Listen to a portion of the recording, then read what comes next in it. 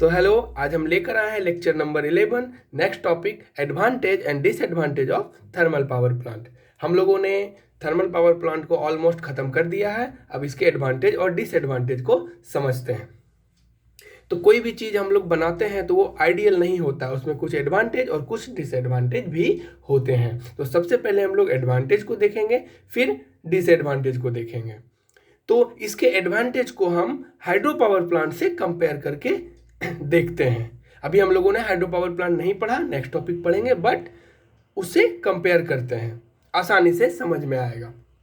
तो सबसे पहला जो हमारा एडवांटेज है, इसमें बोला गया है कि generating station can be located near to the load centre. इसका कहने का मीनिंग ये हुआ, इस लाइन का कहने का मीनिंग ये हुआ कि जो हमारा लोड सेंटर होता है, लोड सेंटर कहने का मीनिंग ये हुआ कि मान लेते हैं यहाँ पे हम लोगों ने बिजली को जनरेट किया, तो इसको कहीं ना कहीं तो भेजेंगे ना।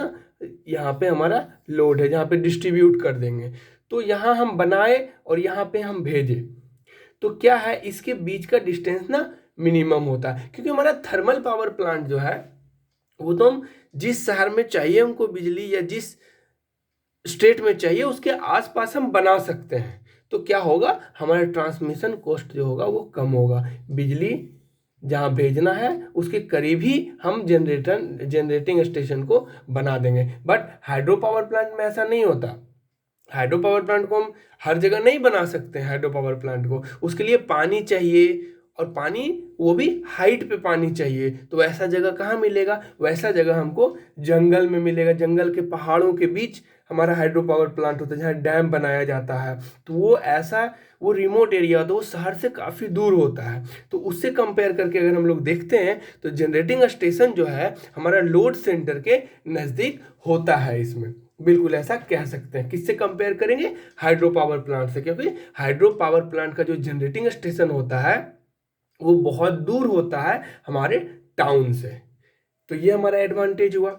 दूसरा देखेंगे कि जो हाइड्रो पावर प्लांट हम लोग जब बनाते हैं उसके लिए बहुत बड़े बड़े डैम बनाने पड़ते हैं, उसके लिए बहुत ज़्यादा स्पेस चाहिए। बट उसके कंपैरिजन में हमारे थर्मल पावर प्लांट को लेस स्पेस चाहिए, मतलब it requires less space as compare to hydro power station. मतलब ये हाइड्रो पावर स्टेशन से स्पेस भी कम लिया। चलो, ये भी एक एडवांटेज है। अब तीसरे एडवांटेज की तरफ चलते हैं, रिक्वायर्स लेस ट्रांसमिशन। बिल्कुल भाई, क्योंकि ये हमारा लोड सेंटर है, ये हमारा जनरेटिंग स्टेशन है, दोनों के बीच का डिस्टेंस हमारा कम है, तो ये जो ट्रांसमिशन होगा उसमें लेस लगेगा, हमारा ट्रांसमिशन कॉस्ट भी लेस लगेगा। और हाइड्रो पावर प्लांट में क्या होता है, दूर तक ले जाना, पहाड़ों के बीच से लाना पड़ता है। एक तो पहाड़ पे समतल जमीन नहीं होता है, उबड़ खाबड़ जमीन है, उस पर टावर गढ़ के लाना, टावर खड़ा करके लाना, तो उसमें क्या होता है, हमारा कॉस्ट ज़्यादा लगता है और ट्रांसमिशन भी ज़्यादा दूर तक करना पड़ता है। तो उसके कंपैरिजन में यहाँ पे एडवांटेज हुआ कि हमको ट्रांसमिशन जो है वो हमारा लेस लगा। अब देखते हैं, अब क्या है ना कि हाइड्रो पावर प्लांट को, अब चलते हैं चौथे पॉइंट पे। अब हाइड्रो पावर प्लांट जो है ना, उसका मेकिंग कॉस्ट, मतलब इनिशियल कॉस्ट, जब हम उसको बनाते हैं ना तो बहुत ही ज़्यादा खर्च आता है। क्योंकि उसके लिए बहुत ही बड़ा रिजर्वायर बनाया जाता है, फिर डैम बनाया जाता है, और डैम बहुत ही बड़ा होता है, उसको बनाने में काफ़ी टाइम भी लगता है और खर्च भी बहुत ही ज़्यादा होता है। तो कोई भी प्लांट हो ना, जनरेटिंग प्लांट, सबसे महंगा बनाने में ना खर्च आता है हाइड्रो पावर प्लांट को, सबसे महंगा है। तो उसके कंपैरिजन में low initial cost compare to hydro power station. Hydro power station को बनाने में जितना खर्च लगता है उससे कम इसमें खर्च लगता है। तो ये एक एडवांटेज हुआ। अब क्या है, लास्ट पॉइंट को समझेंगे कि हमारा जो हाइड्रो पावर प्लांट है वो चलता किससे है, तो वो तो चलता है पानी से। अब होता क्या है, क्या पानी हर सीजन में, हर मौसम में एक जैसा होता है, तो बिल्कुल नहीं होता है। बरसात के दिनों में ज़्यादा होता है, बट मई जून के महीनों में वाटर का लेवल कम हो जाता है। वाटर का लेवल कम हुआ तो हमारा जो वहाँ पे unit, 2-4 unit hydro power plant में लगे, उसको कुछ कुछ यूनिट को बंद करना पड़ता है, क्योंकि वाटर का लेवल वहाँ पे कम हो जाता है। वाटर का लेवल क्या हो गया, कम हो गया। तो क्या इसका मतलब ये हुआ हाइड्रो पावर प्लांट मौसम पे डिपेंड कर रहा है। समर सीजन में उस डिपेंड करता है। समर सीजन में क्या होता है, हमारा जो जनरेटिंग पावर है वो हमारा क्या होता है, कम हो जाता है। बट यहाँ पे ऐसा है क्या, गर्मी हो या कुछ भी हो, हमको तो कोयला जलाना है और बिजली बनाना है। तो इसमें लिखा है long summer will not affected the power generation like hydro power station. कहने का मतलब अगर लॉन्ग ड्यूरेशन का गर्मी का मौसम है, समर है, तो वहां तो वाटर का लेवल कम हो गया जिसके कारण हमारा जनरेशन भी कम हो गया। बट यहाँ पे ऐसा नहीं होता है, ये होता है हमारा एडवांटेज। तो हम लोगों ने 5 पॉइंट में हमने इसके एडवांटेज को समझा। अब आते हैं इसके डिसएडवांटेज की तरफ। ये डिसएडवांटेज, सबसे बड़ा डिसएडवांटेज क्या है, हर कोई जानता है, हर कोई समझ सकता है कि जब हम कोयला जला रहे हैं तो उसका धुआं जो है हम खुले आसमान में छोड़ते हैं, है कि नहीं। और खुले आसमान में कार्बन डाइऑक्साइड को हम छोड़ रहे हैं तो हमारा एयर तो पॉल्यूटेड होगा ना। तो सबसे बड़ा चीज़ है ना, ये पॉल्यूशन क्रिएट करता है। सबसे बड़ा डिसएडवांटेज इसका है कि ये पॉल्यूशन क्रिएट करता है। It pollutes the atmosphere due to the production of large amount of smoke, यानी यही धुआं।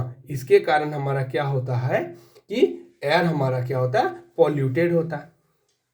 अब क्या है ना कि हाइड्रो पावर प्लांट में ना बनाने में जो खर्च है ना, हमने बना दिया, बट उसको रनिंग कॉस्ट, अब क्या है, इनिशियल कॉस्ट और रनिंग कॉस्ट में अंतर समझेंगे। जैसे एक बाइक है, उसको बनाने में, बाइक में व्हील लगा, सीट लगा, ऑयल टैंक लगा, ये सब लगाने में, अगर हम घर पे एक बाइक बनाते हैं तो उसको बनाने में जो खर्च है ना, उसको मेकिंग कॉस्ट बोलेंगे या इनिशियल कॉस्ट बोलेंगे, जो एक बार लग गया तो वो हमारा मेकिंग कॉस्ट हुआ। बट हमारे बाइक को चलाने के लिए हर रोज उसमें पेट्रोल डालना पड़ता है, उसको बोलते हैं हम लोग रनिंग कॉस्ट।